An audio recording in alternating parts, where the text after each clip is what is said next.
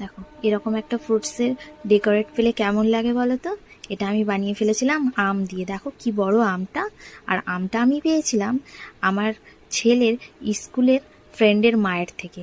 ওদের কাছে প্রত্যেক বছরই এরকম করে আম হয়, আর ও আমাকে প্রত্যেক বছরই দেয়। আর আমি ভাবলাম আমটা বেশ বড়, তাহলে বানানো যাক একটা ফিশ। চলো এরকমভাবে ডেকোরেট করে দিলে সব বাচ্চারাই আমার মনে হয় ফ্রুটস খেতে ভালোবাসবে, আর দেখেও তাদের একটু অ্যাট্রাকটিভ হবে, তাই না? চলো আমি কিভাবে বানালাম সেটাই তোমাদের কাছে শেয়ার করি। আমগুলোকে আমি একটু বটিতে কেটে নিয়েছিলাম, কারণ আমি খুব একটা ছুরিতে কাটতে পারি না।